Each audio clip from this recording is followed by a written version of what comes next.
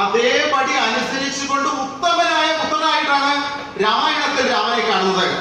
ഇന്നത്തെ കാലഘട്ടത്തിൽ ചിന്തിക്കുമ്പോൾ നമ്മൾ ആലോചിക്കണം, രാമായണം നമ്മൾ പഠിപ്പിക്കുന്നത് ഉത്തമനായ പുത്രനായിരിക്കണം, നിന്റെ പിതാവിനെ നിന്ന് നോക്കണമെന്ന് പറയുമ്പോൾ ഇന്ന് നമ്മൾ മാധ്യമങ്ങളിലൊക്കെ കാണുന്നു. നമ്മൾ ശ്രദ്ധിക്കണം, പിതാവ് ഇത്രയും കാലം വളർത്തി വലുതാക്കി, ജീവിതകാലം മുഴുവൻ ജോലി ചെയ്ത് അച്ഛനമ്മമാരും മക്കളെ വലുതാക്കി വളർത്തി വിവാഹവും കഴിപ്പിച്ച് അവർക്ക് പറ്റുമെങ്കിൽ ഒരു വീടും കൂടി വെച്ച് കൊടുത്ത ശേഷം ഈ പിതാവിനെ വഴിയരികിലും ശരണാലയത്തിലും കൊണ്ട് ഉപേക്ഷിക്കുന്ന പുത്രന്മാരെ കാണുന്ന ഒരു കാലഘട്ടമാണ് ഈ കലിയുഗം. അപ്പൊ നവയുഗത്തിൽ നമ്മൾ മനസ്സിലാക്കേണ്ടത്, നിങ്ങൾ രാമായണം വായിച്ചാൽ നിങ്ങൾക്ക് മനസ്സിലാവും ആരാണ് പിതാവ്, പിതാവിനെ എങ്ങനെ സംരക്ഷിക്കണം. ഇനി നിങ്ങൾ പിതാവിനെ സംരക്ഷിച്ചില്ലെങ്കിൽ നിങ്ങൾക്ക് വരുന്ന അനുഭവം ദശരഥന്റേത് തന്നെയാണ്. അത് നിങ്ങൾ മനസ്സിലാക്കണം. ദശരഥന്റെ കഥ നമുക്ക് വീണ്ടും വരുമ്പോൾ ചർച്ച ചെയ്യാം. അപ്പൊ ഞാൻ ഇവിടെ പറഞ്ഞത്, ഇതിൽ പറയുന്നത് പിതൃപുത്ര ബന്ധം. അടുത്തത് ഞാൻ പറയാൻ പോണ ഭാര്യ ഭർത്തൃ ബന്ധം. ഈ ബന്ധത്തെ കുറിച്ച് പറയുമ്പോ ഫെമിനിസ്റ്റുകളോ മറ്റൊക്കെ ചിലപ്പോൾ എന്നെ വിമർശിച്ചു എന്ന് പറയാം. പക്ഷെ ഞാൻ രാമായണത്തിൽ കാണുന്ന സത്യത ഉൾക്കൊണ്ട് മാത്രമാണ് അവിടെ സംസാരിക്കുന്നത്. ഈ ഭാര്യ ഭർത്തൃ ബന്ധം എന്ന് പറഞ്ഞാല് ഒരുപാട് ഉദാഹരണങ്ങൾ രാമായണത്തിലുണ്ട്.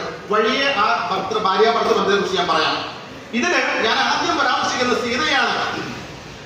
കൈകേയി ഒരിക്കലും ദശരഥനോട് ആവശ്യപ്പെട്ടിട്ടില്ല വനവാസത്തിന് സീതയെ വിടണമെന്ന് ആവശ്യപ്പെട്ടിട്ടില്ല. രാമനെ വിടാൻ പറഞ്ഞിരിക്കുന്നത്, ലക്ഷ്മണനെ പറഞ്ഞിട്ടില്ല. അപ്പൊ സീതാദേവി പറയുന്നു, ശ്രീരാമനോട് പറയുന്നു, പ്രഭു ഞാൻ അങ്ങയുടെ കൂടെ വനത്തിലേക്ക് വരുന്നുണ്ട്. അപ്പൊ അവിടെ ഒരു കാര്യം മനസ്സിലാക്കണം, രാമൻ എന്നത് സ്വാർത്ഥമതിയല്ല. അപ്പൊ എനിക്കൊരു കാര്യം സീത ഇനി വനത്തിലേക്ക് പോകും, എനിക്ക് വേണ്ട കാര്യങ്ങളൊക്കെ ചെയ്യും, ഒരിക്കലും പറഞ്ഞിട്ടില്ല.